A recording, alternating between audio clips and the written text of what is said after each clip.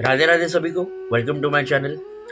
आज के इस वीडियो में मुझे थोड़ी सी आपसे दिल की बातें करनी है, थोड़ी सी पर्सनल बातें करनी है कि मुझे ये जो जर्नी है, जो मेरी हेल्थ इश्यूज़ की जर्नी है, मेरे डायलिसिस की, किडनी प्रॉब्लम्स की जो जर्नी रही है इतने सालों से, उससे मैंने क्या सीखा, क्या इस जर्नी ने मुझे सिखाया, क्या इस जर्नी ने मुझे दिया है।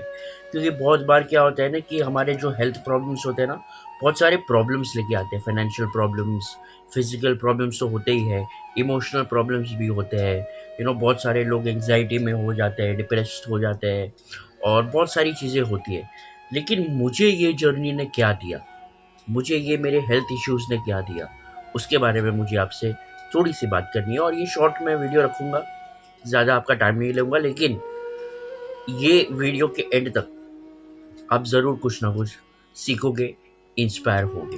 तो ये वीडियो एंड तक ज़रूर देखना। देखिए, ये जो जर्नी थी मेरी जो किडनी इश्यूज़ की, इसने कब मैंने इसको कभी भी चूज़ नहीं किया था कि मुझे ये हो जाए या मेरे साथ डायलिसिस हो जाए। कभी भी हम कोई भी बीमारी को अट्रैक्ट नहीं करते।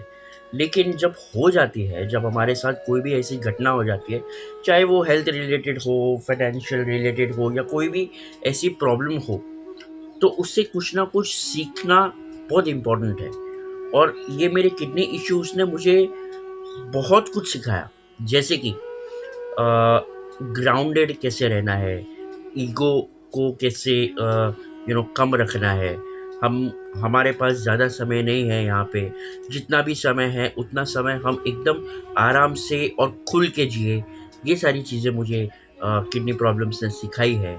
और जब ऐसी सारी प्रॉब्लम्स जब हमारे लाइफ में आती है ना, तब हमें रियलाइज़ होता है कि सक्सेस भी हमें वो सारी चीज़ें नहीं सिखा सकती जो ये चीज़ें हमें सिखा के जाती है। देखिए, पहली बात तो ये है कि हमारी बॉडी मशीन नहीं है। हमारी बॉडी एक एक बॉडी है और उसको बॉडी की तरह ही ट्रीट करिए। और कभी-कभी ये बॉडी है ना, हमें बिगड़ने से पहले साइंस देती है। जैसे मशीन कभी भी अचानक से बिगड़ जाती है, वो कभी साइंस नहीं देती, लेकिन बॉडी साइंस देती है। बॉडी एक लिविंग लिविंग थिंग है। हम जीते हैं इस हमारे बॉडी के साथ। जैसे कि भगवत गीता में कहा है कि हमें ये जो बॉडी मिली है वो बहुत बहुत जन्मों के बाद मिली है, बहुत टाइम के बाद मिली है। तो हमें इसकी रिस्पेक्ट करनी चाहिए। तो जब बिगड़ने का टाइम आता है ना, तब हमें ये बॉडी साइंस देती है। जैसे कि मैंने इससे पहले एक वीडियो बनाया है जहाँ पे बॉडी हमें अर्ली साइंस देती है कि अगर आपको किडनी प्रॉब्लम्स है तो आपको कौन से अर्ली साइंस है जो बॉडी आपको देती है, जो आपको महसूस होते हैं लेकिन आमतौर पर हम इग्नोर करते हैं। वैसे हमें बॉडी अलग अलग टाइप की साइंस देते हैं और वो साइंस को पहचानना बहुत इम्पोर्टेंट है। हमारे बॉडी को रिस्पेक्ट करना, हमारी जितनी भी चीज़ें हो रही है हमारी बॉडी में, उसको पहचानना बहुत इम्पोर्टेंट है। क्योंकि यही सारी जो चीज़ें हैं वो हमें काम में आएगी कि आगे हम हमारे बॉडी के साथ कैसे बिहेव करते हैं, कैसे हम उसे रखते हैं, कैसे हम उसके साथ क्या सही करते हैं, क्या गलत करते हैं। ये सारी की सारी चीज़ें डिपेंड करती है हमारे खुद पे। और इसीलिए जब हमारे साथ ऐसा कुछ भी होता है ना, कोई भी गलत चीज़ होती है, जैसे कि कोई बीमारी हो गई या कोई कोई भी फाइनेंशियल लॉस हो गया या कोई भी ऐसा बैड फेज हमारे लाइफ में आया, तो हमें सरेंडर कर देना चाहिए। हमें ऑलमाइटी पे छोड़ देना चाहिए। एंड सरेंडर एज इन कि सब कुछ छोड़ के हम बैठ नहीं जाए, ऐसा नहीं। उससे बाहर निकलने के रास्ते भी हमें ही ढूंढने हैं। लेकिन अगर हम उस चीज़ को एक्सेप्ट कर लेंगे ना कि हाँ भाई, ये हमारे साथ ये चीज़ हुई है और मैं एक्सेप्ट करता हूँ और मैं इससे बाहर निकलने की पूरी कोशिश करूँगा। ये जब हम हमारे माइंड में डाल देते हैं, ऐसा माइंडसेट अगर हम कर देते हैं ना, तभी हम जाके आगे बढ़ पाते हैं। हमारे लाइफ में आगे रास्ते मिलते जाते हैं। नहीं तो हम उसी स्टेज में स्टक रहेंगे कि यार, क्यों मेरे साथ हुआ, क्यों ऐसा हुआ, मैं ही क्यों, अब मेरे साथ क्या होगा, अब मेरी लाइफ ख़त्म हो जाएगी। नहीं, लाइफ कभी भी ख़त्म नहीं होती जब तक आप मरते नहीं। सॉरी टू से दिस, जब तक आप मरते नहीं तब तक लाइफ नहीं ख़त्म होती।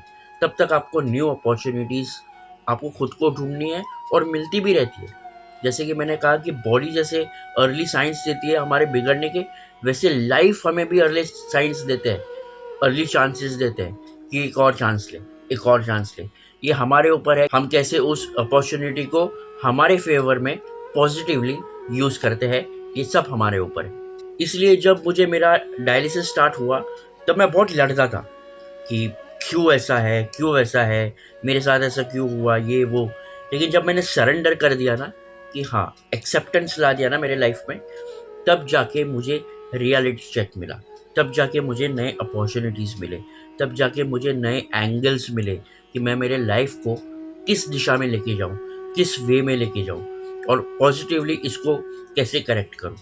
ऐसे ही हमें हमारी लाइफ लीड करनी है। और सबसे इम्पोर्टेंट बात, कि जब हमारे लाइफ में ऐसे कोई फेजेस आते हैं, हेल्थ इश्यूज़ है, फाइनेंशियल इश्यूज़ है, बैड फेज है, नेगेटिव जब हमारी लाइफ चल रही होती है, तब हमें पता चलता है कि हमारे साथ कौन खड़ा है और कौन नहीं है।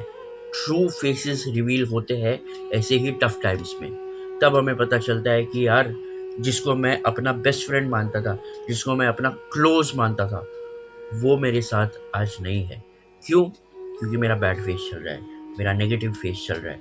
और मे बी आगे जाके भी जब मेरा पॉजिटिव फेज आएगा, तब वो वापस आ भी जाएंगे। लेकिन फिर ऐसे लोगों का क्या काम, जो हमारा साथ उस टाइम पे छोड़ के गए जब हमें उनकी सबसे ज़्यादा ज़रूरत थी। और जब अब हम हीलिंग प्रोसेस में आ गए हैं, जब हमारे साथ सब कुछ अच्छा हो रहा है, जब हम एक बेटर लाइफ जी रहे हैं, तब उन्हें वापस आके हमारे लाइफ में और एक पार्ट बनने की क्या ज़रूरत है। क्योंकि जब हमें उसकी ज़रूरत थी, तब तो नहीं थे।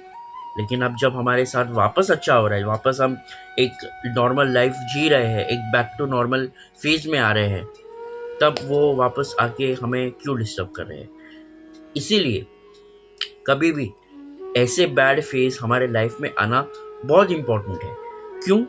क्योंकि तब हमें पता चलता है कि हमारे साथ कौन है, कौन नहीं है।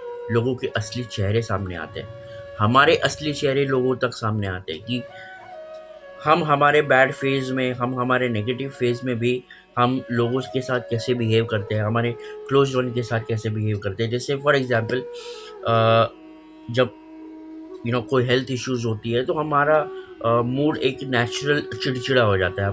हम चिड़चिड़े हो जाते हैं बहुत बार ऐसा होता है, कोई भी बीमारी हो।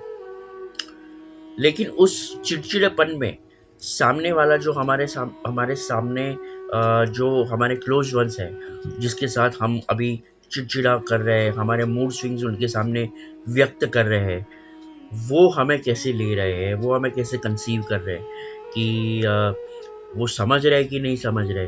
वो हमारे जो साइलेंट बैटल्स हम जो लड़ रहे हैं, वो बैटल्स को वो समझ पा रहे हैं कि नहीं समझ पा रहे। आगे जाके जब सब मामला ठीक होता है, तब हम मे बी उनके सामने अपोलोजाइज भी कर लेंगे कि भाई तू समझ कि उस टाइम पे मेरा कुछ सही नहीं चल रहा था, इसलिए मैं शायद तुझ पे चिल्ला दिया होगा, but I am very sorry for that. और वो अगर ये बात को समझता है, then that person is very important for you. ऐसे इंसानों को मत खोना, वरना फिर कोई मतलब नहीं है किसी भी इंसान को अपने लाइफ में रखने का, जो अपने बैड फेज में चला जाता है, या हमारे बैड फेज को, हमारे नेगेटिव फेज को ज़रा भी नहीं समझता कि छोड़ो, जाने दो, उसकी लाइफ है, मैं क्या करूँ, मैं क्यों उसका पार्ट बनूँ। ऐसे करके जो चले जाते हैं ना, उनको निकाल ही दो। और हमारा जो इनर पीस है, उसको मेंटेन करो, उसको बैलेंस करो। That is very important. दूसरी चीज़, जब हमारे साथ ऐसी कोई भी चीज़ होती है जो हमें नेगेटिविटी की ओर लेके जाती है, लेकिन हमें हमारी पूरी कोशिश करके उसको पॉजिटिव बनाना है। कैसे? अपने आप को प्रोडक्टिव रख के। अभी अगर कोई भी ऐसी चीज़ हमारे साथ घट रही है ना, तो बहुत ओवर थिंकिंग होने लगती है, बहुत एंग्जाइटी होने लगती है, हम शायद डिप्रेशन में भी चले जा सकते हैं। लेकिन ये सबसे हम बाहर कैसे आ सकते हैं? हमारे अपने आप को प्रोडक्टिव रख के, कुछ ना कुछ काम करके, कुछ ना कुछ ऐसी चीज़ करके जो हमें पसंद हो। कोई भी हो सकती है, जैसे कि मुझे वीडियो बनाना पसंद है, तो मैं वीडियो बनाता हूँ। मैंने अपना ब्रांड स्टार्ट किया है।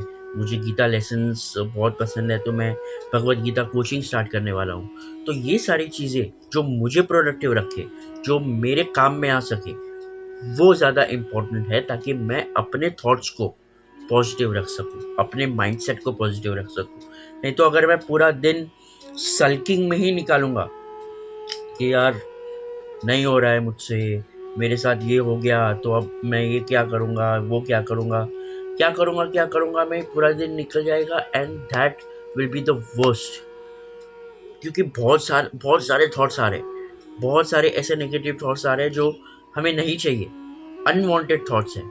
और वो अनवांटेड थॉट्स को डाइवर्ट करने के लिए हमें प्रोडक्टिव होना बहुत ज़्यादा इम्पोर्टेंट है। हमें ऐसा चीज़ करना, ऐसा काम करना जो हमें पसंद हो, वो करना बहुत ज़्यादा इम्पोर्टेंट है। Then only you will be able to shift your mindset from negative to positive. और इन सब के बीच में सबसे इम्पोर्टेंट चीज़ है ग्रैटिट्यूड। भगवान को थैंक यू बोलना।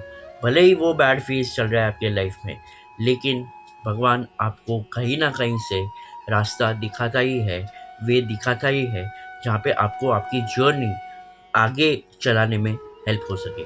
और वो चीज़ सिर्फ भगवान कर सकते हैं। इसीलिए कभी भी कोई भी चीज़ में भगवान को थैंक यू बोलना, सांस लेना, अच्छी ज़िंदगी जीना कभी मत भूलना। ये बहुत ही ज़्यादा इम्पोर्टेंट है, क्योंकि भगवान ने जो आपको चीज़ें दी है वो कुछ सोच समझ के ही दी होगी।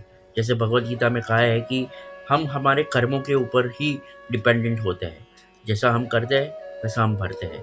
तो शायद आपके साथ जो अभी हो रहा है वो शायद इस जन्म का नहीं हो, शायद पिछले जन्म का हो, अगर स्पिरिचुअलिटी के वे में बात करें तो। और भगवत गीता के अकॉर्डिंग जो भी कर्म आप करते हो उसका भुगतान आपको करना पड़ता है। अगर आपने कुछ अच्छा किया होगा तो आपको अच्छा मिलेगा, आपने अगर कुछ बुरा किया होगा तो आपको वो बुरा मिलेगा ही मिलेगा। ये मत समझना कि there is a way out, कोई वे आउट नहीं है, कर्मा वापस आता है। और ये सृष्टि का नियम है, यूनिवर्स का नियम है कि जो आप यूनिवर्स में सेंड करते हो, जो आप लोगों के साथ सेंड करते हो, जो आप दुनिया में अपनी एनर्जी पॉजिटिव या नेगेटिव फैलाते हो, वैसे ही वो पॉजिटिव या नेगेटिव एनर्जी आपके पास से राउंड होके आएगी। इसीलिए अपने कर्मों पे ध्यान दीजिए, अपने काम पे ध्यान दीजिए, अपने विचारों पे ध्यान दीजिए और पॉजिटिव रहिए। अच्छे काम करिए, अच्छी सोच के साथ, अच्छी नीयत के साथ। यही श्री कृष्ण भगवत गीता में कहते हैं। और मेरे लाइफ का टर्निंग पॉइंट तब हुआ जब मैंने अपने आप से ये पूछना बंद कर दिया कि मेरे साथ ही क्यों। और मैंने अपने आप को ये पूछना स्टार्ट किया कि ये जो मेरे साथ हो रहा है वो मुझे किस चीज़ के लिए प्रिपेयर कर रहा है। मैंने पूरा अपना माइंडसेट शिफ्ट कर दिया। और ये जो माइंडसेट शिफ्ट करना होता है ना, वो बहुत ज़्यादा इम्पोर्टेंट होता है। क्योंकि अपने आप को दोष देना, सिचुएशन को दोष देना सब करते हैं, लेकिन उस सिचुएशन से बाहर निकलना, उस सिचुएशन से कुछ ना कुछ सीखना और वो सीख के साथ आगे बढ़ना बहुत इम्पोर्टेंट है। यही एक असली सक्सेस की निशानी है। सक्सेसफुल सिर्फ मनी, फेम, ये सबसे नहीं, लेकिन सक्सेस अपने इनर पीस से भी होता है कि हम हमारा माइंडसेट कैसे शिफ्ट करते हैं, हम हमारा थॉट्स कैसे शिफ्ट करते हैं और आगे कैसे बढ़ते हैं लाइफ में पॉजिटिव इंटेंशंस के साथ। That is also very important, that is also what success is. अंत में मैं यही कहना चाहूँगा कि अपने लाइफ को कंट्रोल करना, अपने लाइफ में आगे बढ़ना पॉजिटिविटी के साथ, सब हमारे ऊपर है। हमें जो भी गुड फेज या बैड फेज हमारे लाइफ में मिलता है उसका कोई ना कोई कारण होता है। वो कारण को पहचानिए, वो रीज़न पहचानिए, क्योंकि कहीं ना कहीं से आपको वो आपके लाइफ में कुछ सीख देने आया है। अगर आपके लाइफ में गुड फेज चल रहा है तो उससे कुछ सीखिए, हम्बल रहिए, दूसरों की मदद करिए। अगर आपको गॉड ने उस पोजीशन, भगवान ने उस पोजीशन पे रखा है जहाँ पे आप लोगों की मदद कर सकते हो, तो मदद ज़रूर करिए। और अगर आपकी लाइफ में बैड फेज चल रहा है तो उससे भी सीखिए, हम्बल रहिए और आगे बढ़ने की कोशिश करिए। उस बैड फेज से निकलने की कोशिश करिए, उसमें अटक के मत रह जाइए। क्योंकि जितना आप उसमें अटक के रह जाएंगे उतना आपको एंग्जाइटी होगा, उतना आपको डिप्रेशन होगा, उतना आपको ओवर थिंकिंग होगा। लेकिन अगर आप अपने आप को प्रोडक्टिव रखोगे, अगर आप अपने थॉट्स शिफ्ट करोगे negative to positive, then you will experience कि लाइफ कितनी ब्यूटीफुल है। और आगे जाके आप इस बैड फेज को गुड फेज में भी कन्वर्ट कर सकते हैं। तो बस यही इस वीडियो के माध्यम से मुझे आपको बताना था। आई होप आप लोग को वीडियो पसंद आया होगा। अगर पसंद आया तो अपने फ्रेंड्स एंड फैमिली के साथ ज़रूर शेयर करना और उनसे कहना कि अपने लाइफ में पॉजिटिव रहे और अपनी लाइफ एकदम अच्छे से और पॉजिटिवली जिए। मिलते हैं अगले वीडियो में, तब तक के लिए हरे कृष्णा, ओम नमः शिवाय।